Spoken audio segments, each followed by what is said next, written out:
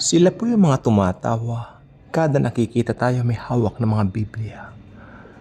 Sila po yung mga nagwawalang bahala dahil mas binibigyang halaga o pansin nila ang mga bagay na material na meron sila. Whether pagyamanin nila ito o lalo pang pagyamanin hanggang mawalan sila ng contentment at ito na ang patuloy nilang ipursu sa buhay. Sila yung mga taong walang panahon sa Diyos at sa kaniyang anak na si Hesukristo. Di nila interest ang mga bagay ng Biblia na whether naririnig nila sa social media, nababasa sa Facebook, ini-scroll lang nila na parang walang nakita. Ito yung mga taong abala sa pagpapayaman. Mga taong ang isip ay okupado ng mundo. Kung paano maging successful, kung paano mo sumikat, maging famous sa Facebook, sa social media. Magkaroon ng maraming followers, wala nang katapusan. Ito yung mga tao na mahilig sa mga makamundot, malayaw na pamumuhay. Mga taong ang hilig lamang ay bigyang kasiyahan ng laman at walang panahon sa mga bagay na espiritual.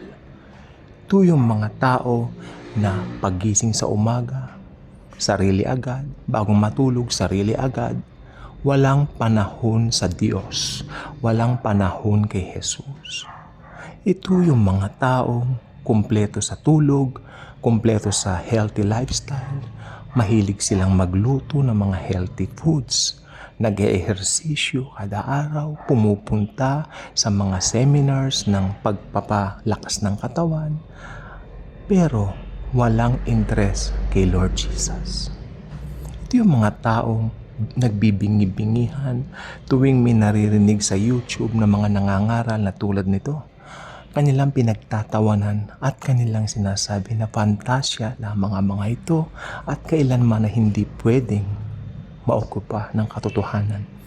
Ito yung mga taong nagtatawa sa mga mirakulo na binabanggit ng Biblia, especially yung pagkabuhay kay Lazaro at paghati sa dagat na pula ni Moises. Ito yung mga taong sinasabi nila na ang mga bagay daw na yun inimbento lamang ng mga tao.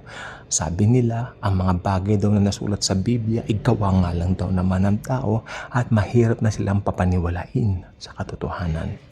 Ito yung mga tao na gusto laging bago ang model ng cellphone, bago lagi ang model ng kanilang sasakyan, bago lagi ang mga kasuotan, bago ang bahay, lahat bago.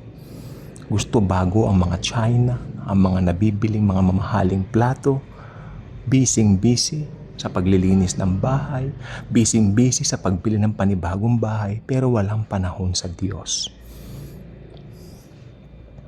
Ito yung mga tao na sinasabi nila may relihiyon na sila, nakakandado, at hindi pwedeng buksan.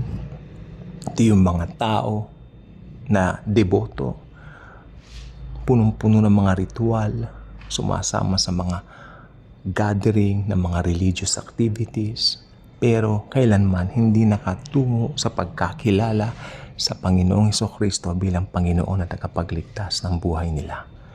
Ito yung mga tao na nanunuya o talagang masasabi nating tumatawa, humahalakhak sa tuwing nakakakita ng mga tao na nangangaral ng salita ng Diyos. Iniinsulto sila, pinagtatawanan, inaalimura, at pinagkakalat ng mga nasisiraan daw ng ulo ang mga Kristiyano at mga born-again Christians. Ito yung mga tao na sinasabi nila na marami silang alam sa siyensya, marami silang alam sa history, marami silang alam sa mga akademikong mga subject, nakapagtapos sa matataas na antas, marunong mag-Ingles, fluent sa Ingles, pinagmamalaki yung estado, pinagmamalaki yung narating sa buhay, pinagmamalaki kung ano pa yung pwedeng ma-achieve sa buhay o sa mundong ibabaw na ito. Ito yung mga tao na saklaw ng negosyo ang kanilang mga puso at isipan. Umaga, kakayod. Tanghali, kakain lang, kayod uli. Hanggang gabi, uuwi lang, matutulog, then kayod uli. Lalo na kung ang negosyo ay kinagat ng madla, naging hit, naging click.